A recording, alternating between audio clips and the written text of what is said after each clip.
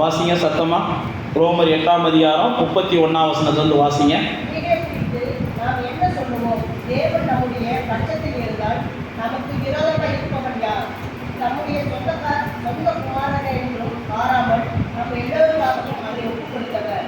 அவரோடு கூட மற்ற எல்லாவற்றையும் நமக்கு ஆதாரத்திருப்பது எப்படி? தேவன் தெரிந்து கொண்டவர்களுமே குற்றம் சாட்டுகிறவர் யார்? தேவனே அவர்களை நீதிமான்களாக்குகிறவர்.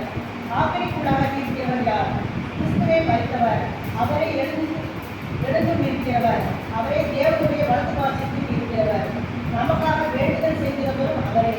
உமது நிமித்தம் எந்நேரமும் கொல்லப்படுகிறோம், அடிக்கப்படும் ஆடுகளை போல எண்ணப்படுகிறோம் என்று எழுதியிருக்கிறபடி நேரிட்டாலும் கிறிஸ்துவின் அன்பை நாம் நம்மை பிடிப்பவன் யார்? உபத்திரமோ, வியாபாரமோ, துன்பமோ, பசியோ, நிர்வாணமோ, நாசமோசமோ, பட்டயமோ, இது எல்லாவற்றிலாகவும் நாம் நம்மின் அன்பு கூறுகிறவர்களாக இருந்தாலே குற்றம் ஜெயப்படுகிறவர்களாக இருக்கிறோமே. மரணமானாலும் ஜீவனானாலும் தேவதூதர்களானாலும் அதிகாரங்களானாலும் வல்லமைகளானாலும் நிகழும் காரியங்களானாலும் வரும் காரியங்களானாலும் உயர்வானாலும் தாழ்வானாலும் எந்த சிருஷ்டியானாலும் நம்முடைய கர்த்தராகிய கிறிஸ்து இயேசுவுள்ள தேவனுடைய அன்பிற்கு நம்மை பிடிக்க மாட்டார் என்று போதும். இங்கே பாருங்க, அந்த 8ஆம் அதிகாரத்தை நம்ம வாசித்தோம். அந்த 31ஆம் வசனத்திலிருந்து 7ஆம் அதிகாரத்தை நீங்கள் வாசிச்சு பாத்தீங்கன்னா, பவுல் அப்போஸ்தலன் என்ன செய்வார்னா, என்னை கிறிஸ்துவிடத்தில் சேர விட மாட்டேங்குது பாவம் அப்படின்னு பேசுவார். 7ஆம் அதிகாரத்தை நீங்கள் வாசிச்சு பார்த்தீங்கன்னா, என்னை கிறிஸ்துவிடத்தில் சேர விடாமல் சில காரியங்கள் தடுத்துக்கிட்டே இருக்கு. நான் கிறிஸ்துவிடத்தில் வளர முடியாமல் சில காரியங்கள் தடுத்துக்கிட்டே இருக்கு. நான் கிறிஸ்துவிடத்தில் இன்னும் அதிகமாய் கற்றுக்கொள்ள முடியாத அளவுக்கு சில காரியங்கள் தடுக்குது அப்படின்னு சொல்லி 7ஆம் அதிகாரத்தில் பேசுவார். பேசிட்டு, நான் என்ன செய்யறது? நான் நிர்பந்தமான மனிதன். நான் விரும்புறதை என்னால் என்ன செய்ய முடியலை. நான் விரும்பாததை தான் செய்கிறேன் அப்படின்னு சொல்லி அந்த 7ஆம் அதிகாரம் முழுவதும் பவுல் அப்போஸ்தலன் பேசுகிறத நீங்கள் வீட்டில் போய் வாசிக்கலாம். அந்த பவுல் அப்போஸ்தலன் 8ஆம் அதிகாரம் வந்த உடனே, இப்படிப்பட்ட நிர்பந்தமான மனிதனை என்னை இயேசு விடுதலையாக்கினார் அப்படின்னு சொல்லி 8ஆம் அதிகாரத்தை அவர் தொடங்க ஆரம்பிப்பார். என்னை விடுதலையாக்குவது யார் அப்படின்னு சொல்லி அவர் 7ஆம் அதிகாரத்தில் புலம்புகிற சூழ்நிலைகளை பார்க்கிறோம். 7ஆம் அதிகாரம் 24ஆம் வசனம் சொல்லுது பாருங்க. நிர்பந்தமான மனுஷன் நான், இந்த மரண சரீரத்திலிருந்து யார் என்ன விடுதலையாக்க முடியும் அப்படின்னு சொல்றாரு. இதே போலதான் தொடர்ந்து அதுக்கு முன்ன வசனங்கள்லாம் பார்த்தீங்கன்னா 19ஆம் வசனம் சொல்றாரு, நான் விரும்புகிற நன்மையை செய்யாமல் விரும்பாத தீமையை தான் நான் செய்கிறேன். நான் விரும்புகிற நன்மையை செய்ய முடியல, ஆனால் விரும்பாத தீமையை செய்கிறேன். சில நேரத்தில் நாமளே பார்த்தீங்கன்னா தீமையை நம்ம விரும்பலைன்னா கூட சில நேரத்தில் நம்ம செய்ய வேண்டிய அளவுக்கு நிர்பந்தங்கள் வந்துடும். அதுதான் பவுல் அப்போஸ்தலன் தான் வாழ்க்கையில் சொல்கிறார். அப்போ எல்லா நிர்பந்தமான சூழ்நிலைகளில் இருந்தும் நம்மளை விடுதலையாக்க இயேசுவால் மட்டும்தான் என்ன செய்யும் ஆகும். எந்த நிர்பந்தம் வந்தாலும் வாழ்க்கையில் மனிதர்கள் நிர்பந்தத்தை சந்திக்காமல் இருக்கவே முடியாது. ஏதாவது ஒரு வகையில் அவங்களுக்கு நிர்பந்தங்கள் என்ன செய்யும், வந்துக்கிட்டே இருக்கும். அவங்க விரும்பாத ஒன்றை செய்ய வேண்டிய சூழ்நிலைகள் அவங்க வாழ்க்கையை அவங்க சந்திச்சுக்கிட்டே இருக்க வேண்டி இருக்கும். அவங்க விரும்பாத பாதையில் பயணம் பண்ண வேண்டி இருக்கும். விரும்பாத நபர்களோடு பழக வேண்டி இருக்கும். விரும்பாத இடங்களுக்கு நம்ம போக வேண்டி இருக்கும். பைபிள் அப்படி தான் போட்டிருக்குது. ஆனால் வேதம் சொல்லுகிறது, இப்படிப்பட்ட நிர்பந்தமான சூழ்நிலைகளில் என்னை யாரும் விடுதலையாக்க முடியாது. என்னை இந்த நிர்பந்தமான சூழ்நிலைகள்ல இருந்து இயேசு ஒருவர் தான் என்ன செய்ய முடியும், விடுதலையாக்க முடியும் அப்படின்றத அவர் 8ஆம் அதிகாரத்தின் துவக்கத்திலிருந்து ஆரம்பிக்கிறார். இந்த நிர்பந்தமான மனிதனை இயேசு தான் என்ன செஞ்சார்னா, அந்த 2ஆம் வசனம் சொல்றாரு பாருங்க. 8ஆம் அதிகாரம் 2ஆம் வசனம், கிறிஸ்து இயேசுவினாலே ஜீவனுடைய ஆவியின் பிரமாணம் என்னை பாவம் மரணம் என்பவைகளின் பிரமாணத்திலிருந்து என்ன செஞ்சிருச்சு, விடுதலையாக்கிருச்சு. நான் விரும்பாத பாவத்தை ஒரு காலத்தில் செஞ்சுக்கிட்டு இருந்தேன், ஆனால் இன்னைக்கு பார்த்தா நான் என்ன செஞ்சுட்டேன், விடுதலை ஆகிட்டேன் அப்படின்ற இடத்துல பவுல் அப்போஸ்தலன் அங்கே பேசுகிறார். அப்போ விரும்பாத காரியங்கள் வந்து நம்ம விடுதலை ஆகணும் அப்படின்னா அதுக்கு ஒரே வழி, இயேசு நம்மளை என்ன செய்யணும், விடுதலையாக்கணும். அதுதான் இயேசு பல இடங்கள்ல சொன்னார், குமாரன் விடுதலையாக்கினால் நீங்கள் என்ன செய்வீங்க, மெய்யாகவே விடுதலையாவீர்கள் அப்படின்னு சொன்னார். அதே இயேசு தான் சொன்னார், நீங்கள் குமாரன் விடுதலையாக்கணும் அப்படின்னா நீங்கள் சத்தியத்தை அறிந்து கொள்ளணும். குமாரன் எப்படி விடுதலையாக்குவார், குமாரனிடத்திலிருந்து விடுதலையை பெற்றுக்கொள்வதற்கு என்ன வழிகள் அப்படின்னு சொல்லி சத்தியத்தை அறிந்துக்கிட்டீங்கன்னா உங்களுக்கு சத்தியம் என்ன செஞ்சிடும், விடுதலை ஆக்கிறோம். இதெல்லாம் இயேசு சொன்னது.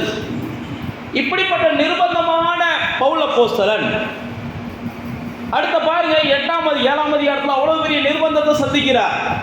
ஆனால் 8ஆம் அதிகாரத்துக்கு வந்த உடனே ஒரு பெரிய தெளிவோட பேசுறாரு. எனக்கு விரோதமாய் நிற்பவன் யார்?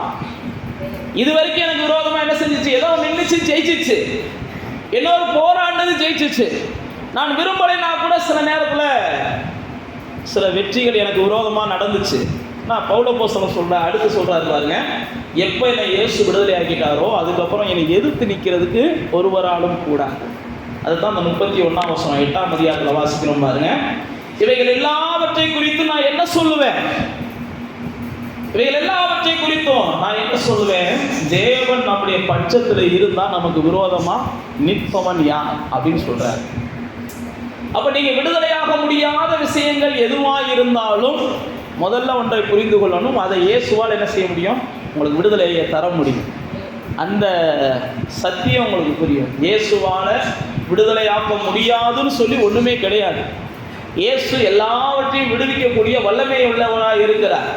பைபிள் பிரகாரம் பார்த்தீங்கன்னா பரலோகத்தின் திறவுகோலும் பாதாளத்தின் திறவுகோலையும் நான் உடையவராக இருக்கிறேன் என்று இயேசு சொல்லுகிறார். ஏங்கிட்ட தான் பரலோகத்தின் திறவுகோலும் இருக்கிறது, பாதாளத்தின் திறவுகோலும் இருக்கிறது. வெளிப்படுத்தின விசேஷத்தில் இயேசு தன்னுடைய மரணத்திற்கு அப்புறம் 1ஆம் அதிகாரத்தில் தன்னை வெளிப்படுத்தும் போது சொல்லுகிறார், நான் தான் சதா காலம் உயிரோடு இருக்கிறேன். நான் மரித்தேன். 1ஆம் அதிகாரம் 19ஆம் வசனத்தை சொல்றாரு. ஆனால் சதா காலம் நான் உயிரோடு இருக்கிறேன். எல்லா வல்லமைகளும் எனக்கு கீழே தான், எல்லா திறவுகளும் என்கிட்ட தான் இருக்குது அப்படின்னு சொல்லி இயேசு அந்த 1ஆம் அதிகாரத்தில் தன்னுடைய சீசனுக்கு தன்னை வெளிப்படுத்தும் போது பேசுகிறதை பார்க்கிறோம். அப்போ தேவனுடைய பிள்ளைகளாகிய நாம் அவரை புரிந்து கொள்ளணும். எந்த நிர்பந்தமான சூழ்நிலையில் இருந்தாலும் நாம் அவரை நோக்கி பார்த்தால் நிச்சயம் அந்த நிர்பந்தமான சூழ்நிலைகளுக்கு நாம் தப்புவதற்கு அவர் நமக்கு என்ன செய்கிறார்? வழிகாட்டுகிறார். நாம் தப்புவதற்கு அவர் வழிகாட்டுகிறார், வழியை உருவாக்குகிறார். ஏதோ ஒரு காரியத்தை செய்து நம்மளை அந்த நிர்பந்தமான சூழ்நிலையிலும் தப்புகிறார். ஆனால் வேதத்தில் பவுல் அப்போஸ்தலன் சொல்லும்போது வேதம் நமக்கு சொல்லுகிறது, அவன் நம் பட்சத்தில் இருக்கும்போது நமக்கு விரோதமாக என்ன செய்ய முடியாது? ஒன்றும் நிற்க முடியாது. அதுதான் இயேசு தன்னை குறித்து அந்த மத தலைவர்கள்ட்ட சொல்றாரு, எப்ப என் மேல மோதுனா உனக்கு தான் சேதம், அல்லது நான் உன் மேல வந்து மோதுனாலும் உனக்கு தான் சேதம். ஏன்னா நான் பெரிய ஆளு, நீ எதிர்பார்த்த எல்லாவற்றையும் காட்டிலும். இயேசு அந்த மத போதகர்கிட்ட சொல்லுவார், தேவாலயத்தில் காட்டிலும் நான் தான் பெரிய ஆளு, நீ சொல்ற யோனாவை காட்டிலும் நான் பெரிய ஆளு, நீ சொல்ற சாலமோனை காட்டிலும் நான் பெரிய ஆளு. நீ ஏன்ட்ட போதுனேன்னா உனக்கு தான் சேதம், நான் பெரிய ஆளு. இப்போ ஒரு உதாரணம் சொல்லிடுவீங்களேன், ஒரு புல்டோசரில் வண்டி போகுது, நான் 2 வீலரு பெரிய ஹை குவாலிட்டி 2 வீலர் வாங்கி வச்சுருக்கேன், அதுக்காக நான் புல்டோசரில் போய் மோதுனா யாருக்கு சேதம்? 2 வீலர் நீங்கள் எவ்வளோ ஹை குவாலிட்டியாக வாங்கி வச்சுக்குவாங்க, ஆனால் உங்களுக்கு முன்னாடி நிற்கிறது என்னது? புல்டோசர் வண்டி. மோதுனீங்கன்னா உங்களுக்கு தான் சேதம். அப்படி நீங்கள் மோதலாம், அது உங்கள் மேலே பிறண்டு விழுந்துச்சுன்னு வைங்க, எவ்வளவு ஹை குவாலிட்டி வண்டி வச்சுருந்தாலும் நசுங்கி போயிடும். இதைத்தான் இயேசு சொல்கிறார், நான் விழுந்தாலும் உங்களுக்கு சேதம். அப்போ தேவனுடைய பிள்ளைகளாகி நீங்கள் ஒன்றை புரிந்து கொள்ளணும், கர்த்தர் என் பட்சத்தில் இருக்கிறார். எனக்கு விரோதமாக எழும்புகிறவர்களுக்கு தான் பிரச்சனையை ஒழிய, ஆனால் எனக்கு எந்த பிரச்சனையும் என்ன செய்யாது, வராது. அதுதான் பவுல் அப்போஸ்தலன் அழகாக சொல்கிறார், கர்த்தர் என் பட்சத்தில் இருக்கும்போது எனக்கு விரோதமாக நிற்பவன் யார்? இந்த வசனத்தை தாவீதும் தன்னுடைய சங்கீதம் 118 சொல்கிறார், கர்த்தர் என் பட்சத்தில் இருக்கிறார், எனக்கு விரோதமாக நிற்பவர் யார்? சங்கீதம் 118 தாவீது சொல்லும்போது சொல்றாரு, நான் மனுஷனை நம்புவதை பார்க்கிலும் கர்த்தர் பேரில் பற்றுதலாக இருக்கிறேன், பிரபுக்களை நம்புவதை பார்க்கிலும் கர்த்தர் பேரில் பற்றுதலாக இருக்கிறேன். இதெல்லாம் 118 சங்கீதக்காரன் சொல்லுகிறதை பார்க்கிறோம். அப்படி சொல்லிட்டு தான் சொல்றாரு, கர்த்தர் என் பட்சத்தில் இருக்கிறான், எனக்கு விரோதமாக யார் நிற்பா அப்படின்னு சொல்லுகிறதை பார்க்கிறோம். அப்போ தேவனுடைய பிள்ளைகளே, நீங்கள் தேவனால் விடுதலையாக்கப்பட்ட உடனே, தேவனால் விடுதலையாக்கப்பட்ட உங்களுக்குள்ள ஒரு நிச்சயம் இருக்கணும், என்னை விடுதலையாக்கின தேவன் என் கூட இருக்கிறார். நிர்பந்தமான எல்லாவற்றிலிருந்து என்னை விடுதலையாக்கின தேவன், பாவத்திலிருந்து என்னை விடுதலையாக்கினார், மரணத்திலிருந்து என்னை விடுதலையாக்கினார், வியாதிகளிலிருந்து என்னை விடுதலையாக்கினார், வேதனைகளிலிருந்து என்னை விடுதலையாக்கினார். அந்த விடுதலையாக்கின தேவன் மீண்டும் இவைகள் என்னை தொடராதபடிக்கும் பாதுகாத்து கொள்வதற்காகவே அவர் என் பட்சத்தில் இருக்கிறார். அப்ப தேவன் நம்ம பட்சத்தில் இருக்கும்போது நமக்கு விரோதமான எந்த ஒரு ஆயுதமும் வாய்க்காது அப்படின்னு நமக்கு வேதம் சொல்லுகிறது. தேவன் நம் பட்சத்தில் இருக்கும்போது நமக்கு விரோதமான மாந்திரீகங்கள் செயல்படாது. தேவன் நமக்கு பட்சத்தில் இருக்கும்போது நமக்கு விரோதமான திட்டமிடுதல் அல்லது தீய ஆலோசனைகள் யார் செயல்படுத்த நினைச்சாலும் செயல்படாது. இதை நானும் நீங்களும் விசுவாசிக்கணும். தேவன் என் பட்சத்தில் இருக்கிறார், எனக்கு விரோதமாக கூட்டம் கூடினாலும், சங்கீதம் 27 தாவீது சொல்றார், எனக்கு விரோதமாக பாளையமே இறங்கினாலும் நான் பயப்பட மாட்டேன் அப்படின்றார். சங்கீதம் 46 சொல்லும்போது சொல்றார், பூமியில எப்படிப்பட்ட மாற்றங்கள் நிகழ்ந்தாலும் நான் பயப்பட மாட்டேன். சங்கீதம் 23 சொல்றாரு, மரணம் போன்ற பாதையில நான் நடக்க நேர்ந்தாலும் நான் பயப்பட மாட்டேன். ஏன் அப்படின்னா கர்த்தர் என் பட்சத்தில் இருக்கிறார். நான் பொல்லாப்புக்கு பயப்படேன், தேவரீர் நீ என் கூட இருக்கிறீங்க. அப்ப நீங்களும் நானும் தேவன் என் பட்சத்தில் இருக்கிறார். அதனால எந்த ஒரு நிர்பந்தமும் என்னை மேற்கொள்ள முடியாது, அல்லது எந்த ஒரு சூழ்நிலைகளும் என்னை மேற்கொள்ள முடியாது. ஒருவேளை நம்மளை நெருக்கலாம், நெருக்கங்கள் நம்மளை நெருக்கலாம், சூழ்நிலைகள் நம்மளை நெருக்கலாம், பிரச்சனைகள் நம்மளை நெருக்கலாம், வியாதிகள் நம்மை நெருக்கலாம். என்ன நெருக்கங்கள் வந்தாலும் உங்களுக்குள்ள ஒரு நிச்சயம் இருக்கணும், என் பக்கத்தில் என் பட்சத்தில் இவைகளை எல்லாம் சந்திப்பதற்காக தேவன் இருக்கிறார். இவைகளை எல்லாம் சந்திப்பதற்காக பைபிளில் போட்டு கர்த்தருக்கு பயந்தவர்களை சுற்றிலும் தேவதூதர்கள் பாளையம் இறங்கி இருக்கிறார்கள். சங்கீதம் 34 தேவாவியானவர் எழுதி வச்சிருக்கிறார். அவருக்கு பயந்தவர்களை சுற்றிலும் பாளையம் இறங்கி இருக்கிறார்கள். அப்ப நமக்குள்ள ஒரு நிச்சயம் இருக்கணும், கர்த்தர் என் பட்சத்தில் இருக்கிறார். ஏன்னா கர்த்தர் என்னை விடுதலையாக்கி இருக்கிறார். கர்த்தர் விடுதலையாக்கினுடைய நோக்கமே இந்த உலகத்துல நான் என்ன செய்யணும், எதுலையும் அடிமைப்படக்கூடாது. எதுக்கு நான் அடிமையானவனா இருக்கக்கூடாது. இயேசுவே அறியாததுக்கு முன்பாக நான் அடிமையில தான் கிடந்தேன், நான் எதையுமே செய்ய முடியாது. இயேசுவிடத்தில் வருவதற்கு முன்பாக நான் விரும்புகிற எதையும் செய்ய முடியாது. ஆனால் இயேசுவிடத்தில் வந்ததுக்கு அப்புறம் நான் முழுக்க விடுதலையாகி விட்டேன். நான் எதுக்கும் அடிமையாக இருப்பதற்கு தேவன் என்ன செய்யலை, தெரிந்து கொள்ளலை. அப்போ நீங்களும் நானும் கர்த்தர் என் பட்சத்தில் இருக்கிறார். அதனால் நான் என்ன செய்ய மாட்டேன், எதுக்கும் பயப்பட மாட்டேன், எதுக்கும் பயப்பட மாட்டேன். நமக்கு விரோதமாக 1000 சூழ்நிலைகள் ஒவ்வொரு நாள் உருவாகும். இன்னும் நம்ம 1000 சூழ்நிலைகளை சந்திக்கலாம். எந்த சூழ்நிலைகளை சந்திச்சாலும் கர்த்தர் என் பட்சத்தில் இருக்கிறார் அந்த நிச்சயம் உங்களுக்குள்ள இருக்கணும். உங்களை பயமுறுத்துகிற சூழ்நிலைகள் நிறைய வரும். பூமியில தான் வாழ்றோம், பயமுறுத்துகிற சூழ்நிலைகள் நிறைய வரும். பயமுறுத்துகிற சூழ்நிலைகள் வரும்போதெல்லாம் நமக்குள்ள ஒரு நிச்சயம் இருக்கணும், கர்த்தர் என் பட்சத்தில் இருக்கிறார். நான் பயப்படாதபடிக்கு அவர் என்னை காப்பார், என்னை விழுகாதபடிக்கு காப்பார், என்னை இடராதபடிக்கு காப்பார். பைபிளில் பொறுப்பு உங்கள் கால்கள் இடராதபடிக்கு காக்கும்படி தூதர்களுக்கு கட்டளை கொடுத்துருக்கிறார். என் பிள்ளை என்ன செஞ்சிடக்கூடாது, விழுந்துடக்கூடாது, என் பிள்ளை குனிஞ்சிடக்கூடாது, என் பிள்ளை தடுமாறிடக்கூடாது. இதெல்லாம் பைபிளில் போட்டிருக்குது. தேவதூதர்கள் கட்டளை கொடுத்துருக்கிறாராம், என் பிள்ளைகளுடைய கால்கள் என்ன செஞ்சிடக்கூடாது, இடறிடக்கூடாது. ஏன் அப்படின்னா கர்த்தர் உங்கள் பட்சத்தில் இருக்கிறதுனால உங்களுக்கு மறைவாய் வைக்கப்பட்ட கண்ணிகள் தெரிச்சு போயிடும். ஒருவேளை சரி பண்ணிட்டாங்க பாஸ்டர் அப்படின்னு நீங்கள் சொல்லலாம், சில நேரத்தில் மோசம் பண்ணிட்டாங்க பாஸ்டர் அப்படி ஏமாத்திட்டாங்க பாஸ்டர்னு கூட நீங்கள் சொல்லலாம். ஆனால் தேவ பிள்ளைகள் எல்லாவற்றிலும் ஒரு நிச்சயம் இருக்கணும், என்னை யார் ஏமாத்தலாம் முடியாது. என்னை ஏமாத்தணும்னு நினைக்கிறவன் தான் ஏமாந்து போவான். என்னை மாட்டி விடணும்னு நினைக்கிறவங்க தான் எங்கேயாவது போய் மாட்டிக்கிடுவாங்க. ஏனென்றால் என் மேலே யார் மோதினாலும் அவங்களுக்கு தான் சேதம், எனக்கு விரோதமாக யார் செயல்பட்டாலும் அவங்களுக்கு தான் வேதனை.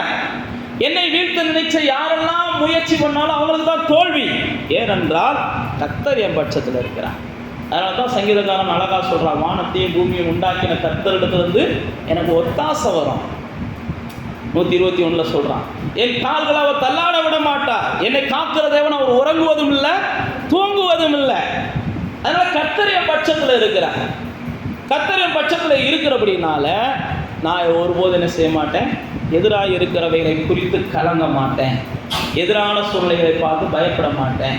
இங்கே வேத புஸ்தகத்தில் பார்த்தீங்கன்னா அப்போஸ்தலர் நடவடிக்கைகளில் நீங்கள் 5ஆம் அதிகாரத்துக்கு வந்தீங்கன்னா இயேசுடைய சீசர்களை பிடிச்சிடுறாங்க, பிடிச்சி அடிக்கிறாங்க.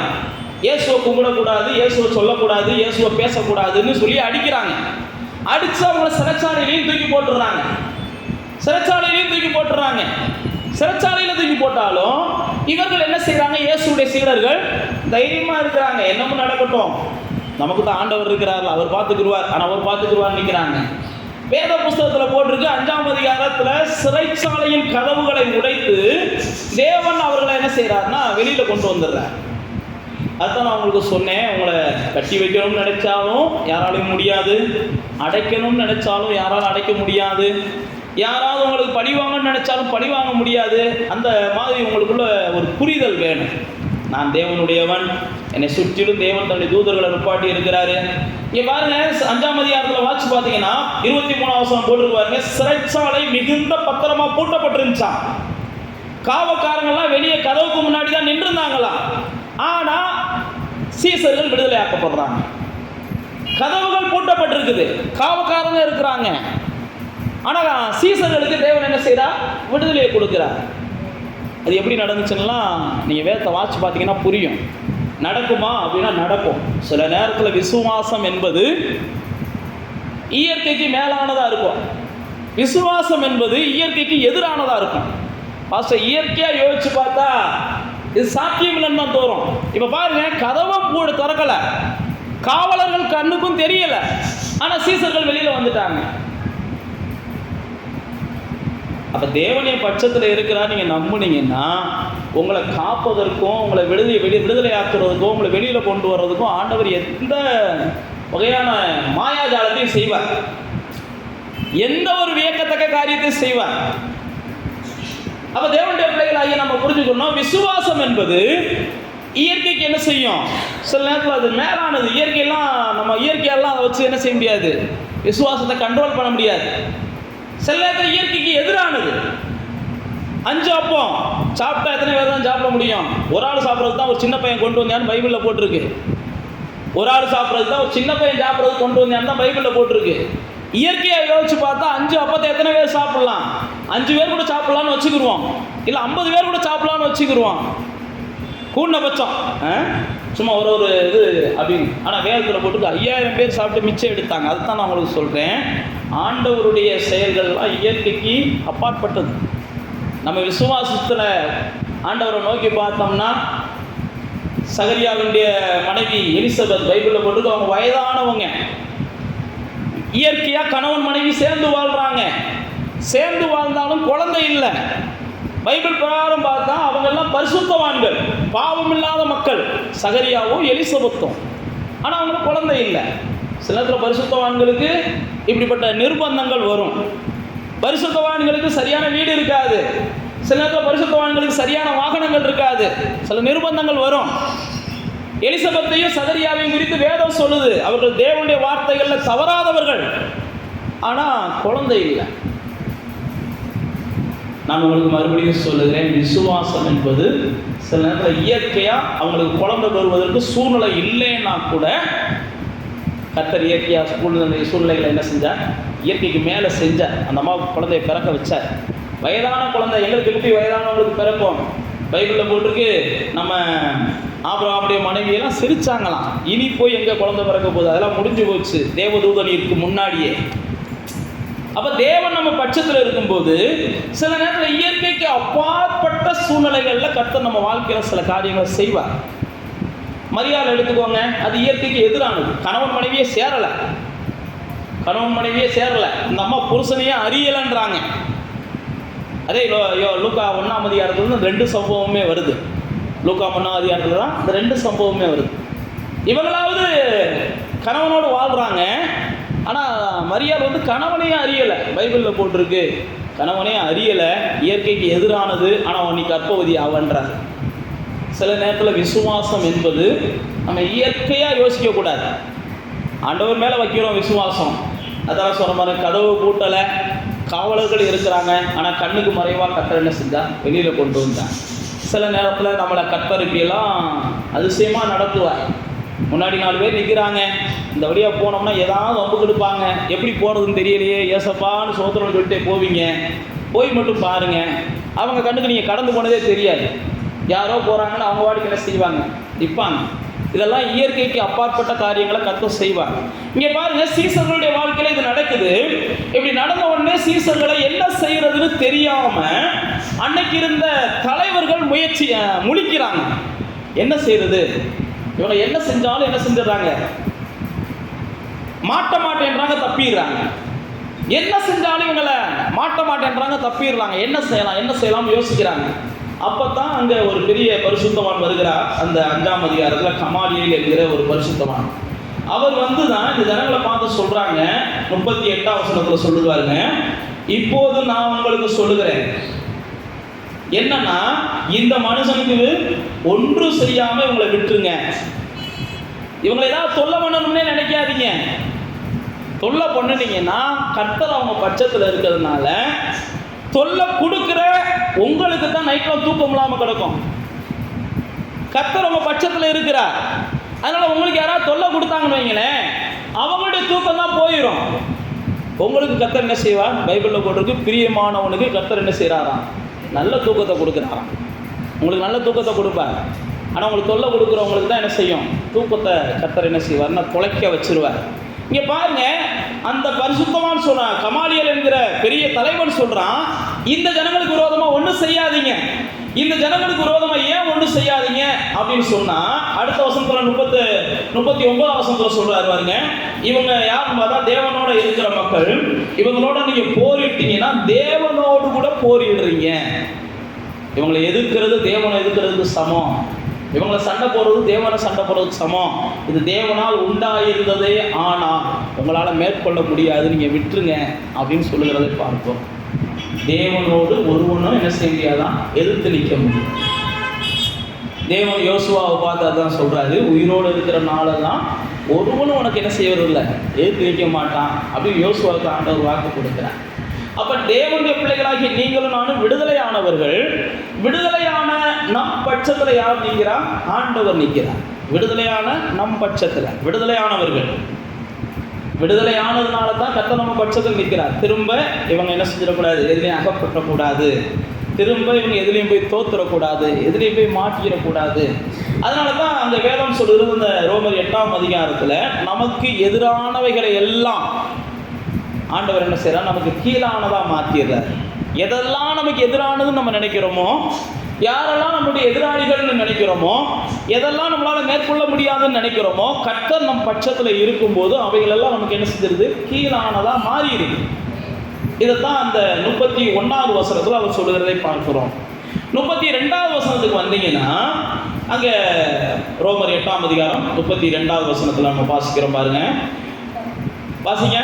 நம்முடைய சொந்த குமாரரை என்று பாராமல் நம்ம எல்லாருக்காகவும் அவரை ஒப்புக்கொடுத்தவர், அவரோடு கூட மற்ற எல்லாவற்றையும் நமக்கு அருளாக இருப்பது எப்படி? போருங்க, அழகா ஆண்டவருடைய ஆவியானவர் நமக்கு எழுதி வச்சிருக்கிறாரு. நாம தண்டிக்கப்படக்கூடாதுன்றதுக்காக அவரையே தண்டனைக்கு கொடுத்தவர், அல்லது நாம உயிர் வாழணுன்றதுக்காக இயேசு தான் உயிரையே என்ன செஞ்சவர்? இந்த பூமியில சிலுவையில மரித்தவர். அதனால தான் இங்கே வேதம் சொல்கிறது, நீங்கள் வாழணுன்றதுக்காக உயிரையே கொடுத்தவர், மற்றபடி நீங்கள் உயிர் வாழ்வதற்கு உங்களுக்கு என்னெல்லாம் தேவையோ அதெல்லாம் அவர் செய்யாமல் இருப்பாரா அப்படின்னு வேதம் சொல்லுது.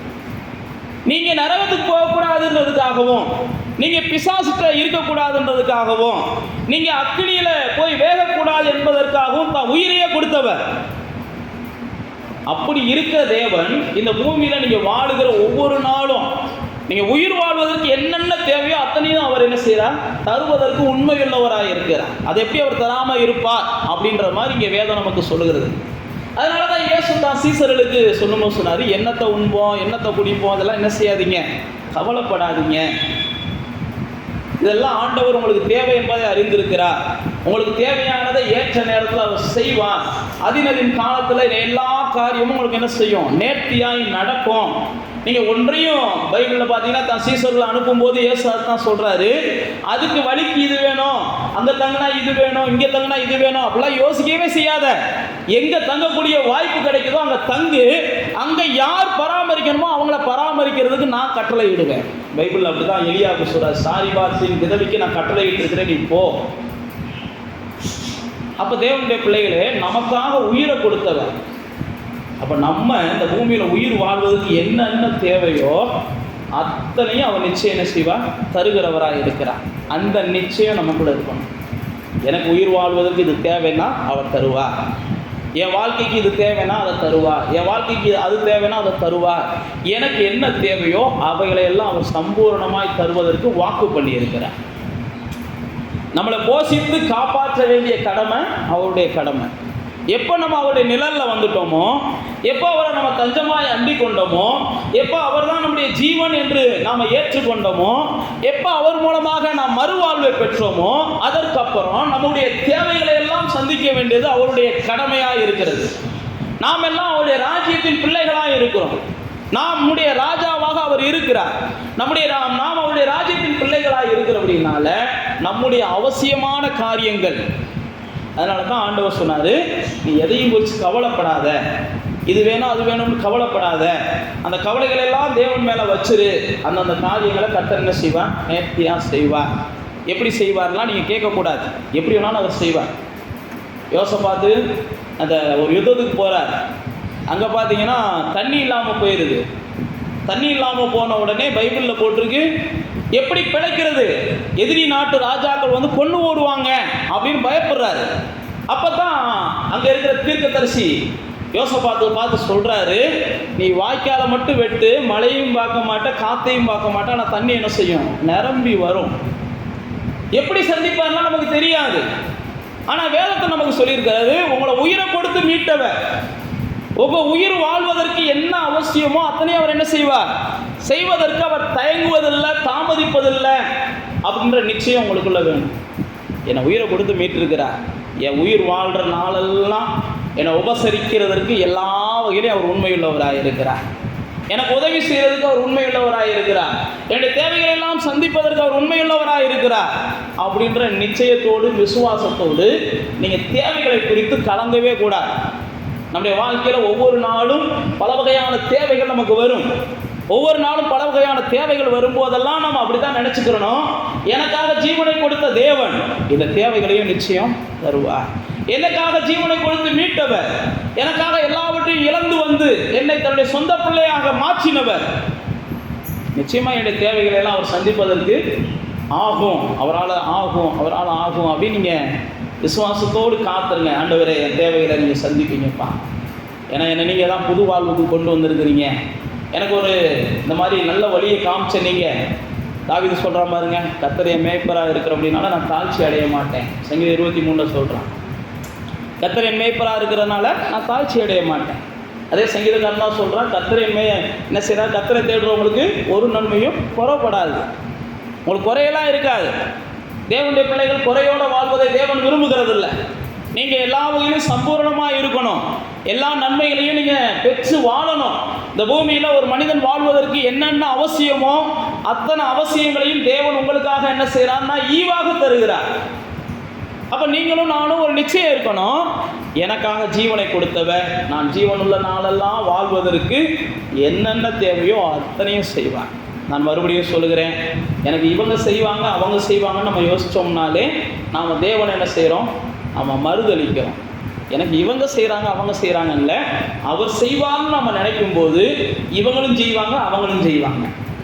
எனக்கு அவர் செய்வார்னு நான் நினைக்கணும், எனக்கு அவர் தருவார்னு நான் நினைக்கணும். என் வாழ்க்கை அவரால் பிறந்தது, அவரால் வந்தது. அப்போ தேவனுடைய பிள்ளைகளாகிய நீங்களும் நானும், நான் முதல்ல சொன்னபடி தேவனின் பட்சத்தில் இருக்கிறாரு சொல்லி ஒன்றுக்கும் பயப்படக்கூடாது. ரெண்டாவது, எனக்காக உயிரை கொடுத்தவர் எனக்காக எல்லாம் தருவார்னு சொல்லி எந்த தேவைகள் வந்தாலும் புலம்பக்கூடாது. எந்த தேவைகள் வரட்டும். திடீர்னு ஜனங்கள் கறி கேட்குறாங்க மோசேட்ட, திடீர்னு ஜனங்கள் என்ன செய்கிறாங்க, அப்போ வேணும்ன்றாங்க மோசேட்ட. ஆனால் மோசேயினுடைய பார்வையில் இது எல்லாமே நடக்காத காரியம். உடனே ஆண்டவர் வானத்திலேருந்து நான் அப்பத்தை போடுறேன்னு போடுறாரு, காடைகளை காற்றுகளை கொண்டு வந்து அடித்து கொண்டு வந்து நுப்பாட்டுறாரு. தேவைகள் திடீர்னு வரும், திடீர்னு ஆசைகள் வரும், திடீர்னு வாங்கணும்னு தோணும், திடீர்னு சாப்பிடணும்னு தோணும், திடீர்னு செய்யணும்னு தோணும்.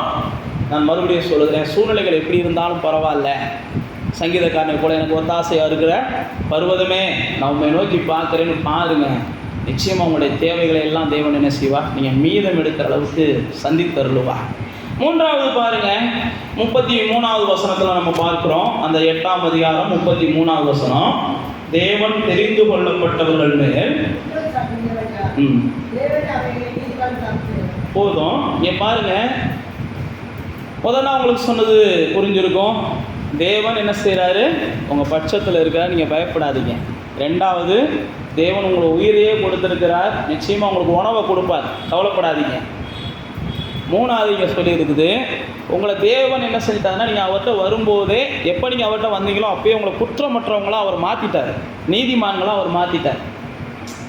அதனால தான் வேதம் சொல்லுது, நீங்கள் நீதிமானவர் ஆயிட்டீங்க, ஆனால் உங்களை குற்றம் சாட்டுவதற்கு பிசாசு என்ன செய்வான், நீங்கள் கடந்த காலங்களில் செஞ்சதெல்லாம் சொல்லிக்கிட்டே இருப்பான். யாரை வச்சாலும் சொல்லுவான், பாஸ்டரை வச்சு கூட சொல்லுவான், விசுவாசிகளை வச்சு கூட சொல்லுவான். நீங்களும் நானும் ஒன்றை புரிந்து கொள்ளணும், என்ன தேவன் நீதிமானாக்கியிருக்காருப்பா, என்னை யார் குற்றப்படுத்தினாலும் பைபிள் பிரகாரம் உங்களை குற்றப்படுத்தும் போது நீங்கள் மௌனமாக இருக்கணும். அதுதான் நீங்கள் செய்ய வேண்டிய, செய்ய முடியுமான்னு தான் தெரியல, ஆனால் செய்யணும். உங்களை யாராவது குற்றப்படுத்தும் போது நீங்கள் என்ன செய்யணும், என்ன செய்யணும்? ஆமாம், அமைதியாக இருக்கணும். நீங்கள் அப்போ அமைதியாக இருந்துட்டீங்கன்னா நீங்கள் ஜெயிச்சிருவீங்க. இல்லை இவங்களை நம்ம சும்மா இருந்தால் என் மேலே இவ்வளோ பெரிய குற்றச்சாட்டை சொல்லிட்டானே அப்படின்னு சொல்லி இறங்கிட்டீங்கன்னா கண்டிப்பாக நீங்கள் அவன் சொன்னது ஒரு குற்றமாக இருக்கும், நீங்கள் அதை வச்சு செய்கிற குற்றம் 10 குற்றமாகிடும். நீங்கள் 10 குற்றம் செஞ்ச இடத்துக்கு போயிடுவீங்க, துணிஞ்சிருவீங்க. அதனால தான் இயேசுவை குறித்து நீங்கள் பார்த்தீங்கன்னா, அவர் குற்றம் சாட்டப்படும் போது என்ன செஞ்சாராம், அமைதியாக இருந்தார். என்னடா இப்படிலாம் சொல்கிறாங்களே உண்மையா அப்படின்னு கேட்குறாரு பிளாத்து. அப்பயே அமைதியாக தான் இருக்காரு. அப்போ தான் பிளாத்து என்ன செய்கிறாரு, நீ என்கிட்ட ஓப்பனாக பேசு, உன்னை நான் என்ன செய்ய முடியும், காப்பாற்ற முடியும் அப்படின்றாரு. அப்போ கூட இயேசு வாயை திறக்கிறாரு, எப்பா நீ காப்பாற்ற முடியாது, அவர் காப்பாற்றினாத்தேன். அப்போ தான் வாயை திறக்கிறாரு. சில நேரத்தில் நானும் நீங்கள் என்ன செய்யணும், குற்றம் சாட்டப்படும் போது என்ன செஞ்சிடணும், அமைதியாகிடணும். அமைதியாகிட்டிங்கன்னா பைபிளில் போட்டிருக்கு, பதில் செய்வது எனக்குரியது, பழி வாங்கக்கூடியது எனக்குரியது.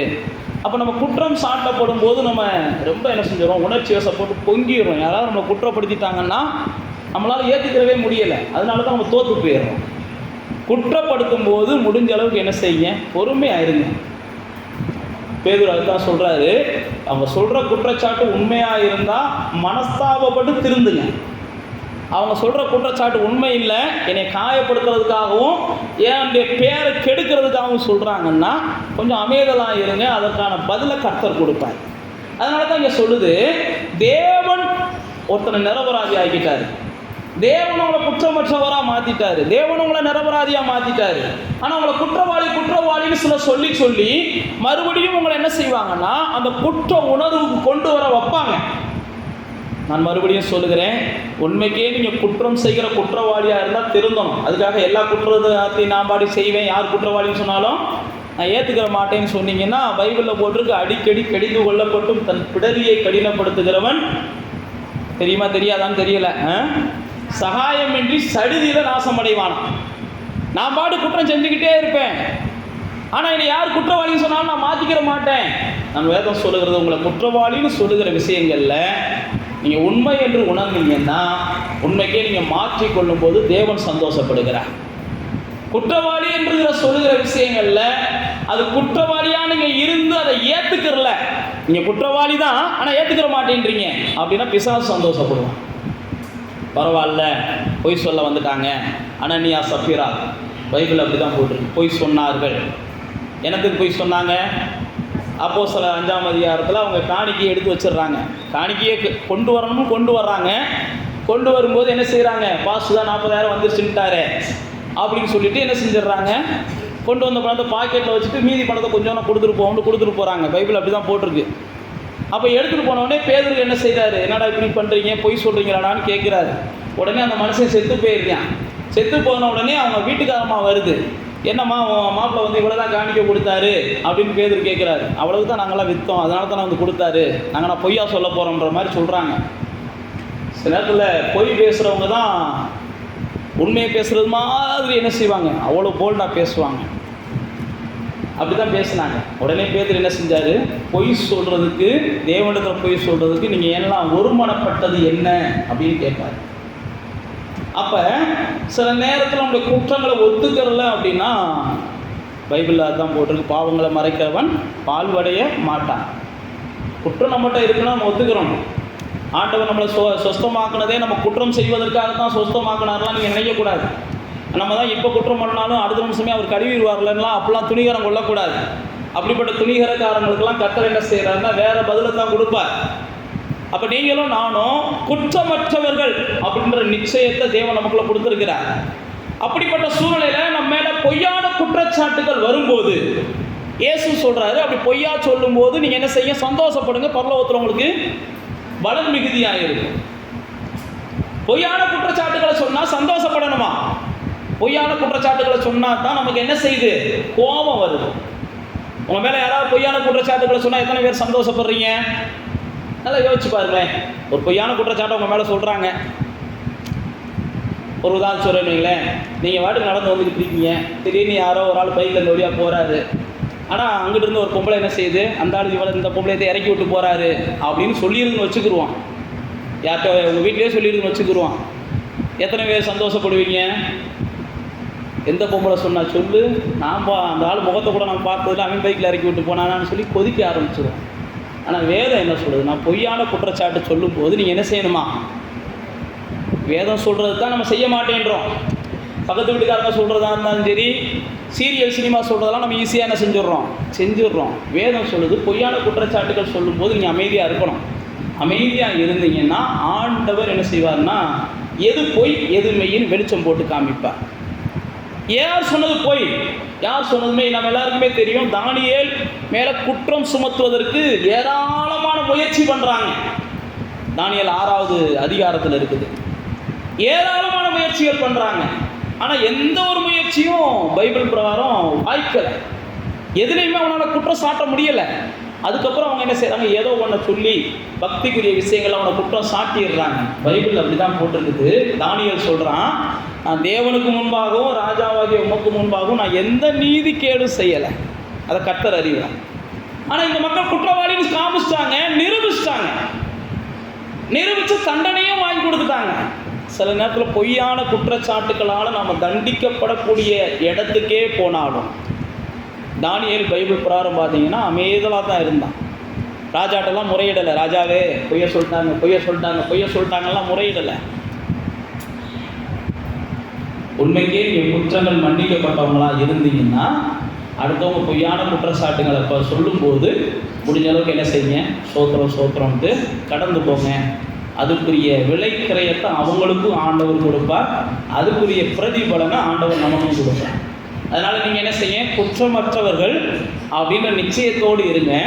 மற்றவங்க உங்க மேலே பொய்யா குற்றம் சாட்டுறாங்கன்னா அதை நீங்கள் என்ன செய்ய, பொறுமையாக சகிச்சுக்கோங்க.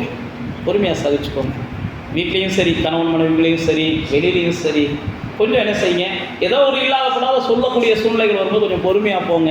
நிச்சயமாக அதுக்குரிய பலனை கர்த்தர் உங்களுக்கு தருவார். அடுத்த வசனத்தை நம்ம வாசிக்கிறோம். 34வது வசனம். ஆக்கணைக்குள்ளாக இருக்கிறவன் யார்? கிறிஸ்து. வலது பாரிசு. இங்க பாருங்க, இயேசு நமக்காக என்ன செய்யறாராம்? வேண்டுதல் செய்யறார். அப்போ தேவனுடைய பிள்ளைகளாகிய நாம் ஒரு நிச்சயத்தை உடையவங்களாக இருக்கணும். பைபிள் பிரகாரம் யோவான் சொல்கிறாரு, நமக்காக பரிந்து பேசி கொண்டு இருக்கிறார். 1 யோவான் 2ஆம் அதிகாரத்தில் வேதம் சொல்லுது, இயேசு நமக்காக என்ன செய்கிறாராம்? பரிந்து பேசி கொண்டு இருக்கிறாரா. என்ன விஷயத்துக்காக பரிந்து பேசி கொண்டு இருக்கிறார் அப்படின்னா, லூக்காவில் இயேசு ஒரு ஓமையை சொல்கிறார். ஒரு அத்தி மரம் இருக்குது, கனி கொடுக்காத ஒரு மரமாக இருக்குது. அந்த கனி கொடுக்காத மரம், அப்போ பைப் போட்டிருக்கு, அந்த கனி கொடுக்காத மரத்தை வெட்டி போட்டுருவோம் அப்படின்னு சொல்லி அந்த தோட்டத்தோட உரிமையாளர் சொல்றாரு. தோட்டத்தோட உரிமையாளர் சொல்லும் போது அந்த தோட்டத்தில் இருக்கிற வேலைக்காரர், இல்லை இதை வெட்டி போட வேண்டாம், இன்னொரு வாய்ப்பு கொடுத்து அதுக்கு உரம் போட்டு எருவை போட்டு ஏதோ ஒன்று என்ன செய்வோம், அதை மறுபடியும் உருவாக்குவோன்றார். இப்படி தான் ஆண்டவராக இயேசு நாம் தடுமாறும் போதும் தவறும் போதும் ஏதாவது ஒரு சூழ்நிலைகளில் நாம் கோபப்படும் போதும் அல்லது ஏதோ ஒரு ஆகாத கிரியைகளை நாம் செய்யும் போதும் வேதம் சொல்வது நமக்காக பரிந்து பேசி கொண்டு இருக்கிறார், நமக்காக வேண்டுதல் பண்ணி கொண்டே இருக்கிறார்.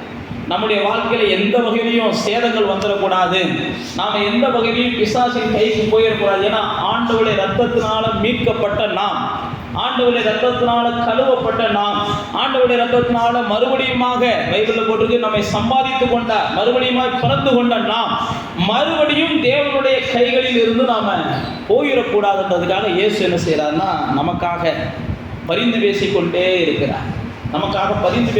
இருக்கிறார், அதனால தான் யோவான் 15ஆம் அதிகாரத்தில் இயேசு சொல்கிறாரு, நீங்கள் என்னுடைய நிலைத்திருக்கிற கொடியாக இருக்கிறீங்க, என்கிட்ட நிலைச்சிருக்கிறது நீங்கள் மிகுந்த கனியை கொடுப்பீங்க. நீங்கள் நிச்சயமாக என் கூட நினைச்சிருக்கிறதுனால மிகுந்த கனியை கொடுப்பீங்க. இப்படி இயேசு அந்த இடத்துல சொல்லுகிறார், எங்களுடைய பிதா தான் தோட்டக்காரர், நான் செடியாக இருக்கிறேன், நீ என்கிட்ட இருக்கிற கொடியாக இருக்கிறீங்க. அப்போ நீங்களும் நானும் ஒரு நிச்சயம் இருக்கணும். நம்முடைய வாழ்க்கையில் சில நேரத்தில் நாம் தடுமாறும் போதும் சில நேரத்தில் தவறும் போதும் நமக்காக இயேசு என்ன செய்கிறார்னா பிதாவிடத்தில் பரிந்து பேசி கொண்டு இருக்கிறார். அந்த அத்திமரத்துக்காக பரிந்து பேசின இயேசு நமக்காக என்ன செய்கிறார்னா பரிந்து பேசி கொண்டே இருக்கிறார். அப்போ நீங்களும் நானும் இந்த நிச்சயம் இருக்கணும். சில நேரத்தில் நம்ம தடுமாறினா கூட, நம்ம தவறுனா கூட திரும்ப நம்மளை தேவன் அந்த இடத்துக்கு கொண்டு வந்து வைப்பதற்காக எல்லா வகையிலும் என்ன செய்கிறாருன்னா செயல்பட்டு கொண்டே இருக்கிறார். நம்மளை ஒருபோதும் அவர் என்ன செய்ய மாட்டார்னா தள்ளி விட மாட்டார். நமக்குள்ள புரியணும். நம்மளை அவர் ஒருபோதும் புறக்கணிக்க மாட்டார் என்பது நமக்கு தெரியணும். நம்ம எவ்வளவு குறைவுள்ளவர்களாக இருந்தாலும் அவருடைய அன்பு நம்ம மேலே இருந்துக்கிட்டே தான் இருக்கும். சில நேரத்தில் நம்ம 2 வாட்டி விழுந்துட்டோம், 3 வாட்டி விழுந்துட்டோன்னே பிசாசு என்ன செய்வான், இப்படி தான் நம்மளை திரும்ப அவன்கிட்ட கொண்டு போகிறதுக்காக முயற்சி பண்ணுவான். நீ 2 வாட்டி விழுந்துட்ட, இந்த பாரு இன்றைக்கி தான் வசனத்தை கேட்ட, இந்த பாரு இதை செஞ்சுட்ட, இந்த நேரத்துக்கு தான் வசனத்தை கேட்ட, இதை செஞ்சுட்ட அப்படின்னு சொல்லியெல்லாம் பிசாசு நம்மளை மோசம் பண்ண பார்ப்பான். அப்போ நீங்கள் புரிஞ்சுக்கிறணும், எனக்காக ஒருத்தர் பரிந்து பேசி கொண்டு இருக்கிறார். என்னை விழவிடாமல் நிறுத்தும் வரைக்கும் அவர் ஓய்வதில்லை. என்னை விழவிடாமல் என்னை ஜெயிக்கிற மனுஷனாக மாற்றுகிற வரைக்கும், நான் ஒரு வகையில் பரிபூர்ணமான மனிதனாய் மாறுகிறது வரைக்கும், எல்லா வகையிலும் நான் பூரண புருஷனாய் மாறுறது வரைக்கும் எனக்காக எல்லா வகையிலும் குரல் கொடுத்துக்கிட்டே இருப்பார். அவருடைய ரத்தம் எனக்காக பேசிக்கொண்டே இருக்கும். பரிசுத்தவான்களுடைய ரத்தம் தேவனுடைய சமூகத்தில் பேசிக்கொண்டே இருக்கிறதா. இயேசு கிறிஸ்துடைய ரத்தம் தேவனுடைய சமூகத்தில் பேசிக்கொண்டே இருக்கிறது. பைபிளில் போட்டிருக்க ஆபேலின் ரத்தம் தேவனுடைய சமூகத்தில் போய் பேசினது. அப்போ நமக்காக சில நேரத்தில் நம்ம தடுமாறிடுறோம், உடனே நம்ம பின்வாங்கிடக்கூடாது. திரும்ப நம்ம என்ன செய்யணும், இளைய குமாரனை போல நான் தேவ சமூகத்துக்கு போய் ஆகணும், நான் மனம் திருப்பி வாழணும், இல்லை நான் புது வாழ்க்கைக்கு போகணும், நான் மறுபடியும் நான் தேவ சமூகத்துக்கு போவேன் அப்படின்னு சொல்லி விழுந்தாலும் எழும்புவதற்கு முயற்சிக்கணுமே ஒழிய, நம்ம விழுந்துட்டோம் இனிமேல் வாழ்க்கை வேணாலும் மறுபடியும் சகதிக்குள்ளே என்ன செஞ்சிடக்கூடாது, பிறன்றக்கூடாது. அடுத்து பாருங்க 35ஆம் வசனத்திலிருந்து, தேவனுடைய அன்பினாலே நாம் எல்லாம் ஜெயிக்கிறவர்களாக இருக்கிறோம் அப்படின்னு சொல்லி அவர் 35, 36, 37 சொல்றார். தேவனுடைய அன்பு. இப்போ நான் சொன்ன பாருங்க, சில நேரத்தில் தடுமாறிடுறீங்க. அந்த தடுமாற்றத்துக்கு சில நேரத்தில் என்ன காரணம்னு சில விஷயங்களை பவுல் அப்போஸ்தலன் நீங்கள் சொல்றாரு. உபத்திரவம், வியாகுலம், துன்பம், பசி, நிர்வாணம், நாசமோசம், பட்டயம், இதெல்லாம் உங்களுடைய வாழ்க்கையில் வரும்போது நீங்கள் சில நேரத்தை தடுமாறிடுறீங்க. இப்படி தடுமாறும் போது உங்களுக்குள்ள புரியணும், இதை எல்லாவற்றிலிருந்தும் நான் மேற்கொள்வதற்கு தேவ அன்பு எனக்கு உதவி செய்யும், தேவனுடைய கிருபை எனக்கு உதவி செய்யும், தேவனுடைய தயவு எனக்கு உதவி செய்யும்.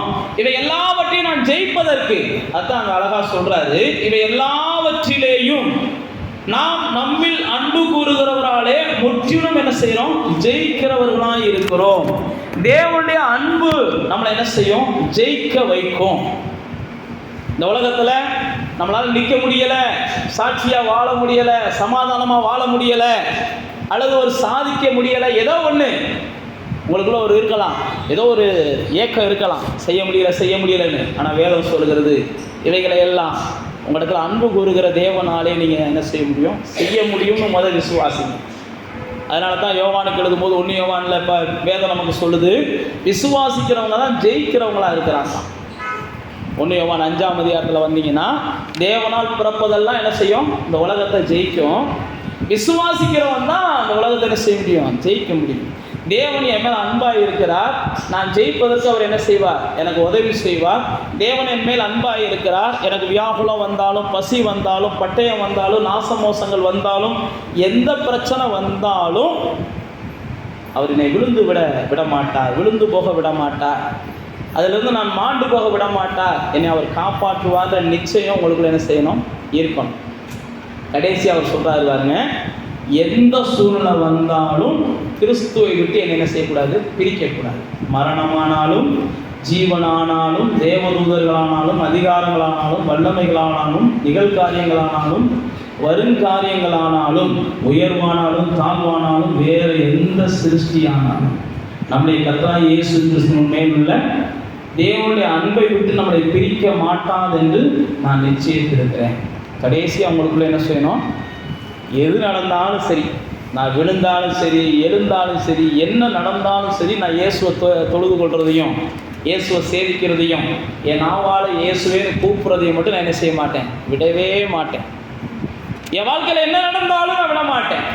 அதுதான் சொல்ற, எந்த சூழ்நிலையிலையும், நிகழ்காலமோ வருங்காலமோ, படுத்து கிடக்க சூழ்நிலையோ, ஓடுற சூழ்நிலையோ, நிற்கிற சூழ்நிலையோ, விழுகிற சூழ்நிலையோ, கரைப்பட்ட சூழ்நிலையோ, காயப்பட்ட சூழ்நிலையோ, எந்த சூழ்நிலை வந்தாலும் நீங்கள் என்ன செஞ்சிடக்கூடாது, இயேசுவை மட்டும் விட்டுறக்கூடாது.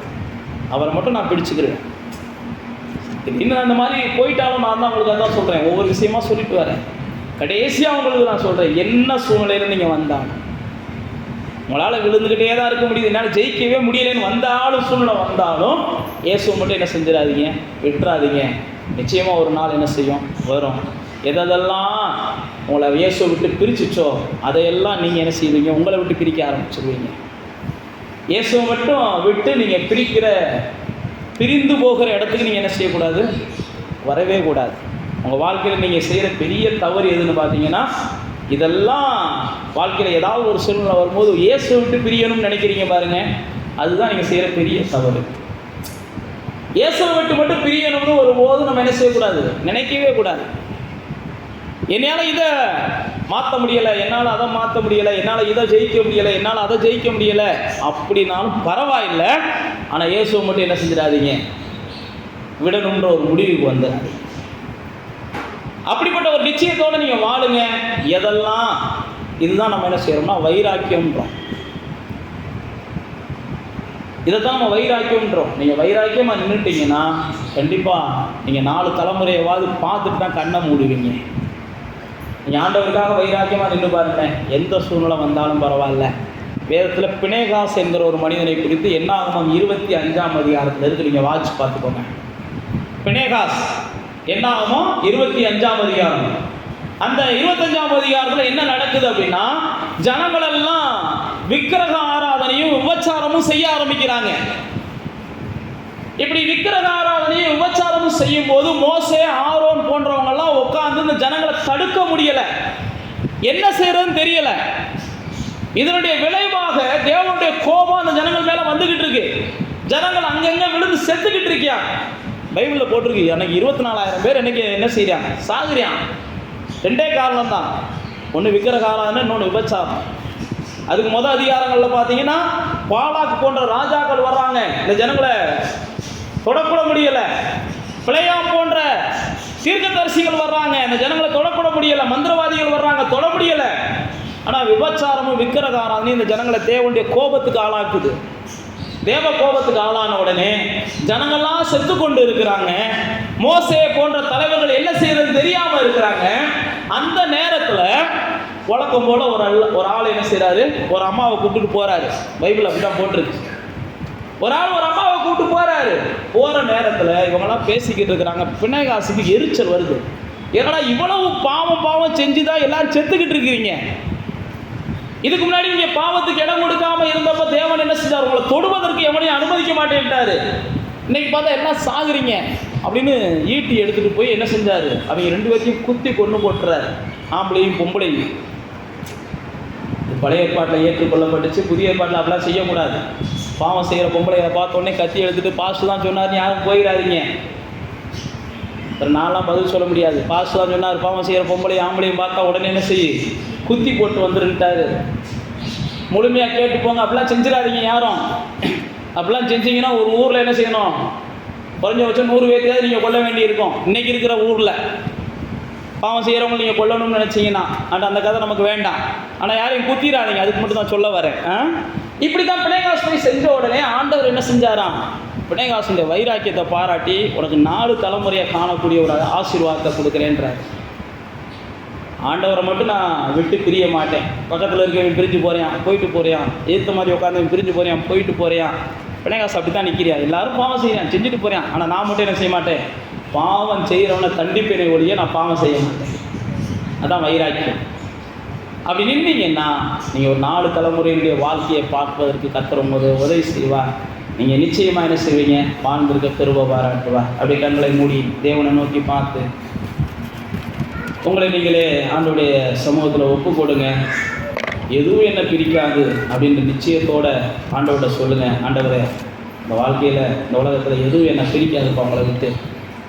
இந்த உலகத்தில் உங்களை விட்டு பிரிக்கிறதுக்கு என்ன முயற்சிகள் யார் செஞ்சாலும், என்ன முயற்சிகளை பிசாசு செய்தாலும் நிச்சயமாக உண்மை விட்டு நான் பிரிந்து போக மாட்டேன்னு ஆண்டோட சமூகத்தில் நீங்கள் ஒப்பு கொடுத்து வாக்கு கொடுங்க. கர்த்தர் உங்கள் பட்சத்தில் இருக்கிறார், அதனால் நீங்கள் ஒன்றுக்கும் பயப்படாதீங்க. கர்த்தர் உங்களுக்காக ஜீவனையை தந்திருக்கிறார், உங்கள் தேவைகளெல்லாம் அவர் சந்திப்பார். அதே போல் கர்த்தர் உங்களை குற்றமற்றவங்களாம் மாற்றிருக்கிறார். யாராவது உங்கள் மேலே குற்றம் சாட்டும் போது கோவப்படாதீங்க, கொஞ்சம் பொறுமையாக போங்க. கர்த்தர் உங்களுக்காக பரிந்து பேசிக்கொண்டே இருக்கிறார். அதனால் விடுத்துட்டோமேலாம் நினச்சி உடனே என்ன செஞ்சிடாதீங்க, பின் வாங்கிடாதீங்க. அதே போல் கர்த்தருடைய அன்பு உங்களை எல்லா வகையிலையும் வெற்றி அடைய செய்யும். கர்த்தருடைய அந்த உறவை விட்டு நீங்கள் பிரிந்து போகாமல் வாழ்ந்திருக்க கர்த்தர் உங்களுக்கு கிருபை பாராட்டுவார். நீங்கள் மாத்திரம் என் தேவனை விட்டு நான் ஒருபோதும் பிரிந்து போக மாட்டேன். அன்றைக்கி பேதுரு சொன்னா பாருங்க, யார் இடத்துல போவோம், உங்களை விட்டால் நாங்கள் எங்களுக்கு வேறு யாருப்பா இருக்கா, நீங்கள் தான்ப்பா எங்களுக்கு தெரிஞ்ச அளவுக்கு ஒரே தேவன், அதனால் நாங்கள் உங்களை விட்டு ஒருபோதும் போக மாட்டேன்னு சொன்னான். அதனால தான் பேதுரு மூலமாக கர்த்தர் பெரிய பெரிய காரியத்தை செஞ்சார். நீங்களும் சொல்லி பாருங்கள், நான் உங்களை விட்டு போக மாட்டேன்ப்பா, எந்த சூழ்நிலை வந்தாலும் நான் உண்மை மாத்திரம் மறக்க மாட்டேன்ப்பா, எந்த சூழ்நிலை வந்தாலும் உண்மை மட்டும் நான் பிரிய மாட்டேன்ப்பா அப்படின்னு சொல்லி பாருங்கள். நிச்சயமாக உங்கள் வாழ்க்கையில் பல அதிசயத்தை பார்ப்பீங்க. கர்த்தர் உங்களோடு இருக்கிற அதிசயம் நடக்கும். கர்த்தர் உங்களுடைய குறைவுகளை நிறைவாக்குகிற அதிசயம் நடக்கும். கர்த்தர் உங்களை குற்றப்படுத்துகிறவர்களுக்கு முன்பாக உங்களை மேன்மைப்படுத்துகிற அதிசயம் நடக்கும். கர்த்தர் இது வரைக்கும் நீங்கள் விழுந்து விழுந்து எழும்புகிற காரியங்களில் நீங்கள் ஸ்திரமாக நிற்கிற சில அதிசயத்தை செய்வார். இது வரைக்கும் கர்த்தர் உங்களுக்கு வெற்றியை தராமல் இருக்கிறார் நீங்கள் நினைக்கலாம். வருகிற நாட்களில் ஒரு வெற்றியுள்ள வாழ்க்கையை வாழ கர்த்தர் உங்களுக்கு உதவி செய்வார். நீங்கள் கர்த்தரை மாத்திரம் விட்டு பிரியக்கூடிய காரியம் ஒன்றுக்கு இடம் கொடுக்காதீங்க. கர்த்தரை விட்டு பிரிக்கிற எந்த ஒரு செயலுக்கு இடம் கொடுக்காதீங்க. கர்த்தர் நிச்சயமாக உங்களுக்கு கிருபை பாராட்டுவார். வேதத்தில் அப்படி தான் போட்டிருக்குது. அசுத்தமானதை தொடாமல் இருந்தீங்கன்னா நீங்கள் கர்த்தரை விட்டு பிரிவதில்லை. இப்பிரபஞ்சத்துக்கு ஒத்த வேஷம் தெரியாமல் இருந்தீங்கன்னா நீங்கள் கர்த்தரை விட்டு பிரிவதில்லை. இன்னும் நியாயப்பிரமாண பாரம்பரியங்கள்னு சொல்லி பின்தொடராமல் இருங்க. கர்த்தரை விட்டு நீங்கள் பிரிவதில்லை. விசுவாசத்தில் வாழுங்க. கர்த்தர் உங்களை ஜெயிக்க வைப்பா. பிதாவே, இந்த நல்ல நாளிலும் கூட நம்முடைய பிள்ளைகள் நாங்கள் ரோமரில் தியானித்த இந்த வேத சத்தியங்களுக்காக நன்றி சொல்லுகிறோம். ஆண்டவர் தான் நம்முடைய பிள்ளைகள் உங்களை விட்டு பிரிந்து போகாமல் இருப்பதற்கு அவங்களுக்கு எல்லா வகையிலும் தெளிவை தாங்க. நம்முடைய ஆவியானவர் இந்த நாட்களில் உங்களுடைய பிள்ளைகளை எல்லா வகையிலும் சூழ்ந்து கொண்டு உங்களுடைய பிள்ளைகள் நேர்த்தியாய் நடப்பதற்கும், செம்மையாய் வாழ்வதற்கும், சந்தோஷமாய் இருப்பதற்கும், சத்தியத்தில் வாழ்வதற்கும், சாட்சியாய் நிற்பதற்கும் கிருபை பாராட்டுங்கப்பா. நீர் அவர்களோடு இருக்கிறதையும் அவர்கள் பட்சத்தில் இருக்கிறதையும் அவர்கள் உணர்ந்து கொள்ளட்டும் ஆண்டவரே. அவருடைய தேவைகளெல்லாம் நீ சந்திப்பீர் என்பதை அவங்க புரிந்து கொள்ளட்டும் ஆண்டவரே. அவர்கள் குற்றம் சாட்டப்படுகிற நேரங்களில் குற்றங்களை நீர் மன்னித்தீர் என்ற நிச்சயத்தோடு எந்த வகையில் யார் அவர்களை குற்றப்படுத்தினாலும் என் குற்றங்களை எல்லாம் கர்த்தர் மன்னித்து விட்டார் என்ற நிச்சயத்தோடு அவங்க வாழ்ந்திருக்க உதவி செய்யுங்கப்பா. தொடர்ந்து தேவ அன்பை ருசிக்கட்டும். இன்னும் இந்த பூமியில் வாழுகிற நாட்கள் எல்லாம் தேவனுக்காக வாழட்டும். கர்த்தர் கிருபை பாராட்டுங்க. எல்லா துதியும் நாங்கள் உமக்கு செலுத்துகிறோம். இயேசுவின் நாமத்தில் ஜெபிக்கிறோம்.